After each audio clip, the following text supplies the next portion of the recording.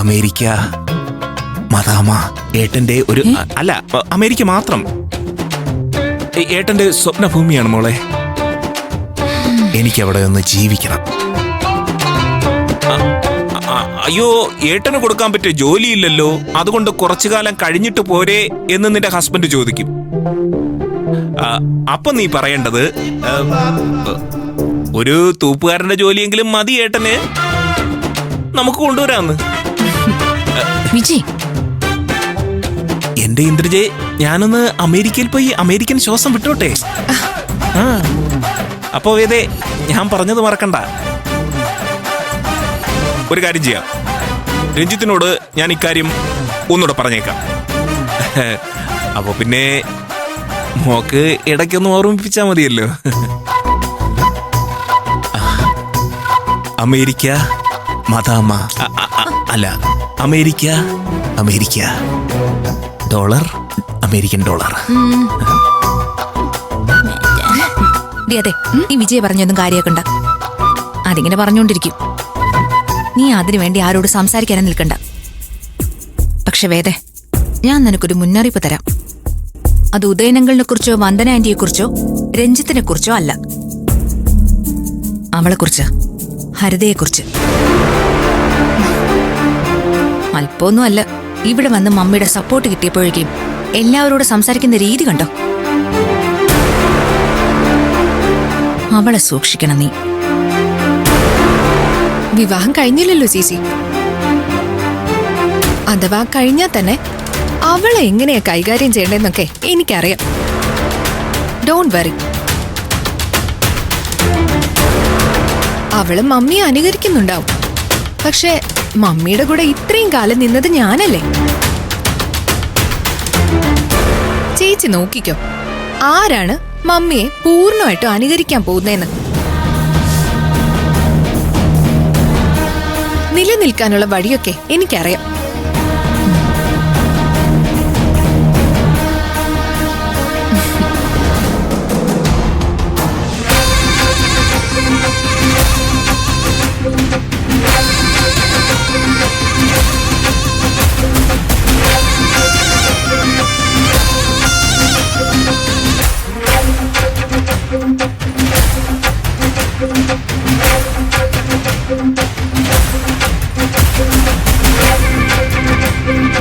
എന്തുപറ്റി സർ? എന്തെങ്കിലും ടെൻഷനുണ്ടോ? എന്റെ ടെൻഷൻ എന്താണെന്ന് തനിക്കറിയില്ല നന്ദിനി. എന്റെ വീട്ടിനകത്ത് എന്നെ വിമർശിക്കാനും തോൽപ്പിക്കാനുമായിട്ട് ഒരുത്തി. കേട്ടില്ല താൻ? അവള് പറഞ്ഞോക്കെ. അത് അവള് പറയുകയല്ല, അമ്മ പറഞ്ഞു കൊടുത്ത് പറയിപ്പിക്കുക. അതുകൊണ്ട് സൂര്യ തോറ്റു കൊടുക്കുന്നായിരിക്കും പത്മാമേടം കരുതുന്നത്. എടോ, താനെന്തെങ്കിലും നോക്കിക്കുന്നേ? എടോ, എന്തു പറ്റി? തന്നെ അവളെന്തെങ്കിലും പറഞ്ഞോ? പിന്നെ എന്താടോ? Thank you sir. എന്തിന്? ഹരിത മാഡം അത്രയൊക്കെ എന്നെ ആക്ഷേപിച്ചപ്പോഴും സാർ അതൊക്കെ തടഞ്ഞില്ലേ? എന്നെക്കുറിച്ച് ഒരുപാട് നല്ല കാര്യങ്ങൾ പറഞ്ഞില്ലേ? അവരുടെ മുൻപില് ഞാൻ തോൽക്കാൻ പാടില്ല എന്ന് തീരുമാനിച്ചില്ലേ? ചിലപ്പോ വേറെ ആരെങ്കിലും ആയിരുന്നെങ്കിൽ അവര് പറയുന്നതൊക്കെ കേട്ട് എന്റെ ഭാര്യ കഴിവ് കുറഞ്ഞവളാന്ന് പറഞ്ഞ് തലയാട്ടി നിൽക്കുമായിരുന്നു. പക്ഷെ സത്യം അങ്ങനെ ആയിട്ട് പോലും സാർ അങ്ങനെ ചെയ്തില്ല. എനിക്കെന്തോ വലിയ യോഗ്യത ഉണ്ടെന്നൊക്കെ പറഞ്ഞു. എടോ, ഹരിതയെ ജയിക്കാൻ വേണ്ടി ഞാൻ കള്ളം പറഞ്ഞാണെന്ന് തനിക്ക് തോന്നുന്നുണ്ടോ? എടോ, തന്നെ വിവാഹം കഴിച്ചതിന്റെ പേരില് ഒരിക്കലും ഒരു അഭിമാനക്കുറവും എനിക്ക് തോന്നിയിട്ടില്ല. കാരണം എന്താണെന്നറിയോ? എടോ, അഭിമാനം എന്നൊരു വാക്കിന് ഞാൻ ഇട്ടിരിക്കുന്ന വേറൊരു പേരാണ് നന്ദിനി. ഏതൊക്കെ ഇടങ്ങളിൽ വെച്ച് താൻ എന്നെ തള്ളി പറയണമായിരുന്നു, തനിച്ചാക്കി പോകണമായിരുന്നു. താൻ ചെയ്തില്ലല്ലോ. എന്റെ കൂടെ നിന്നില്ലേ, എനിക്ക് കാവലിരുന്നില്ലേ? എടോ, ആരതൊക്കെ മറന്നാലും ഞാനത് മറക്കില്ല, ഒരിക്കലും മറക്കില്ല. ലോകത്ത് ആര് നിന്നെ ചെറുതായിട്ട് കണ്ടാലും സൂര്യ കാണില്ല. കാരണം എന്റെ മനസ്സിൽ എല്ലാം തികഞ്ഞൊരു പെണ്ണാണ് നീ. എത്ര പേരുടെ ആട്ടും തുപ്പും ഏറ്റാലും സാറിന്റെ മുന്നിൽ വന്ന് നിൽക്കുമ്പോ അതൊക്കെ അങ്ങ് മാറിപ്പോവും സർ. ഓക്കേ, ഇപ്പോ ഒരു ചെറിയ പ്രശ്നമുണ്ട്. എന്താ? എനിക്ക് ചെറുതായിട്ട് വിശക്കുന്നുണ്ട്. അയ്യോ, ഫുഡ് റെഡി ആയിട്ടില്ല സർ. ഒരു ഇത്തിരി നേരം കൂടി എടുക്കും. അത് കുഴപ്പമില്ല. എന്നാ ഞാൻ പോയിട്ട് ആപ്പിൾ എടുത്തിട്ട് വരട്ടെ? ഏയ് വേണ്ടടൂ, ആഹാരം റെഡിയാവട്ടെ.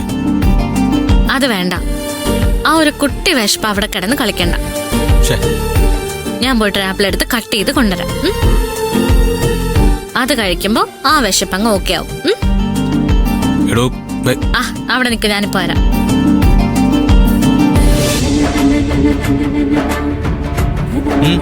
എന്താ? ഒന്നുമില്ല.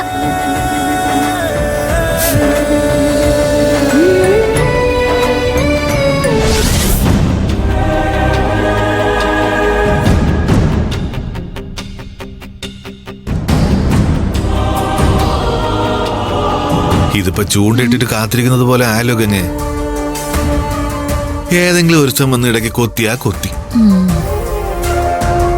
കാത്തിരിക്കുന്നത് ഒരു കുടുംബത്തിന്റെ നാശത്തിനല്ലേ ഏട്ടാ? അപ്പൊ ക്ഷമിച്ചല്ലേ പറ്റൂ. ക്ഷമിക്ക് ക്ഷമിക്ക്.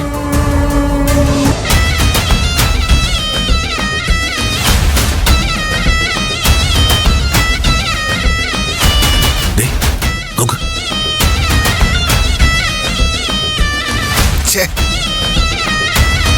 ഒരെണ്ണെങ്കിലും കൊണ്ടുപോയി അടുക്കള വെക്കണമായിരുന്നു. എന്താ നടക്കണമെന്ന് കൃത്യമായി മനസ്സിലാക്കാമായിരുന്നു. നോക്കട്ടെ, ഇത് പറ്റിയില്ലെങ്കിൽ ആ വീട്ടിലെ ബെഡ്റൂം വരെ എന്റെ ക്യാമറ എത്തും. അയ്യേ, അത് വേണോ ഗംഗേ?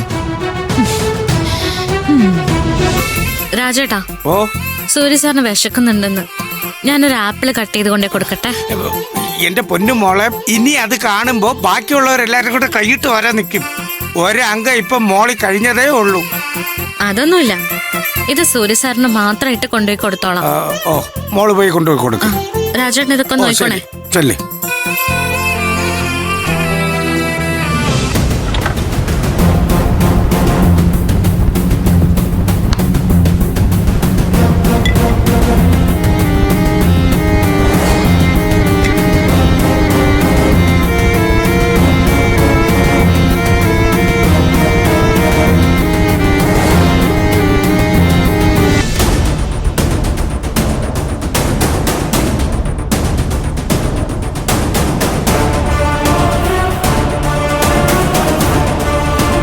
അല്ല,